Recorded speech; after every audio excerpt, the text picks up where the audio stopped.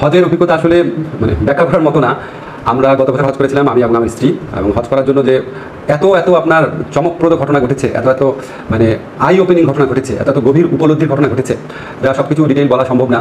তো প্রথম দিন আমরা যখন উমরা করতে যাই, হজের আগে উমরা করতে হয় মক্কা গিয়ে, তো উমরা করতে গিয়ে আপনার প্রথম যখন যেটা দেখলাম কাবা শরীফ, দেখে স্তব্ধ হয়ে দাঁড়িয়েছিলাম কিছুক্ষণ, চোখ দিয়ে পানি পড়ছিল, মানে বিশ্বাস করতে পারি না যে হজরত ইব্রাহিমের সময় এটা হয়েছে। এবং একটা বিশ্বাসও আছে যে হজরে আসওয়াদ যেটা, সেটা বেহেশত থেকে আসা একটা পাথর, মানে অকল্পনীয়। দাঁড়িয়েছিলাম, চোখ দিয়ে দর করে পানি পড়ছিল। আর প্রথম দিনই আমাদের একটা ভয়াবহ অভিজ্ঞতা হয়। আমরা আপনার তাওয়াফ করলাম, তারপর সাফা মারওয়াতে 7 বার গেলাম, প্রচণ্ড টায়ার্ড ছিলাম। আমাদের কাছে কোনো ফোন ছিল না, প্রথম যেদিন সেদিনই তো, সেদিন রাতে ফোন ছিল না, তখন ফোন পাই নাই। ফেরার পথে 3টা-4টার দিকে আমরা হারিয়ে গেলাম।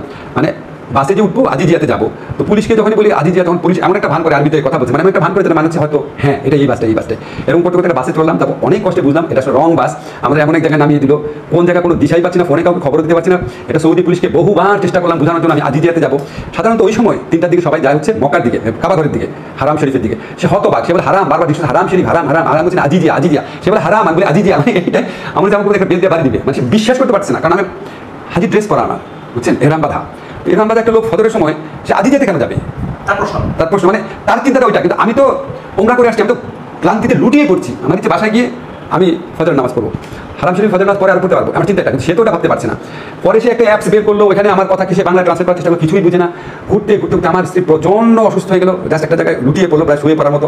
অনেক কথাটা বলার পর একটা ড্রাইভারকে পেলাম, পাওয়ার পর আপনার অতি কষ্টে আজিজিয়া হোটেলের কাছে আসলাম। সেটা অবিশ্বাস্য অঙ্কে টাকা চাইলো, তা আমি মোটামুটি জানতাম কত ভাড়া, আমি ভাড়াটা তাকে দিলাম।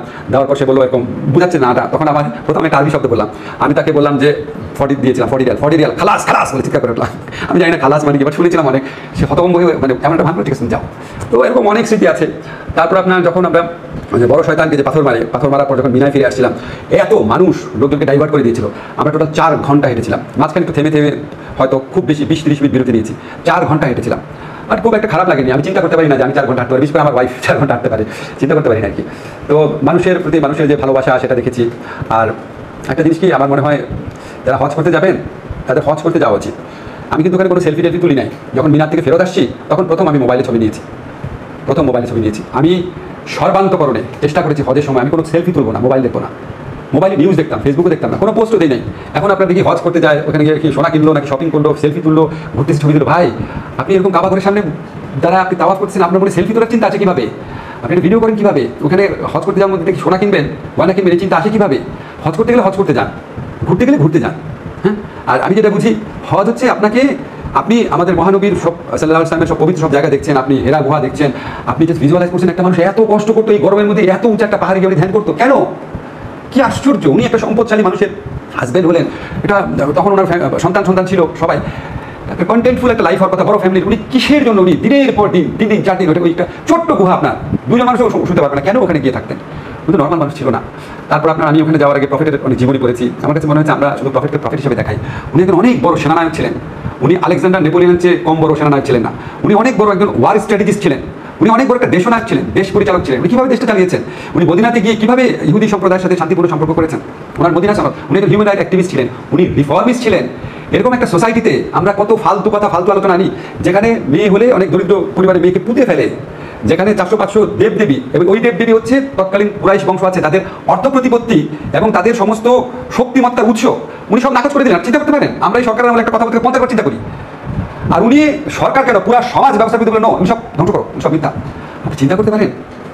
ও মাই গড! আমি যখন গেছি আমাকে মনে হচ্ছে আমি ওনার জায়গাগুলো দেখবো। তারপর তাওয়াফে যেখানে ওনাকে রক্তাক্ত করা হয়েছিল, খেজুর বাগানে আশ্রয় নিয়েছেন। তো আমার একটাই দুঃখ, আমি আপনাকে বলে বোঝাতে পারবো না। আমার মনে হয়েছে কি যে হজ করে আসার পর আমি আরও অনেক ডিপলি ইবাদত করতে পারবো, এটা আমার আশা ছিল। আমি ততটা পারি না, এটা আমার প্রচণ্ড কষ্ট লাগে।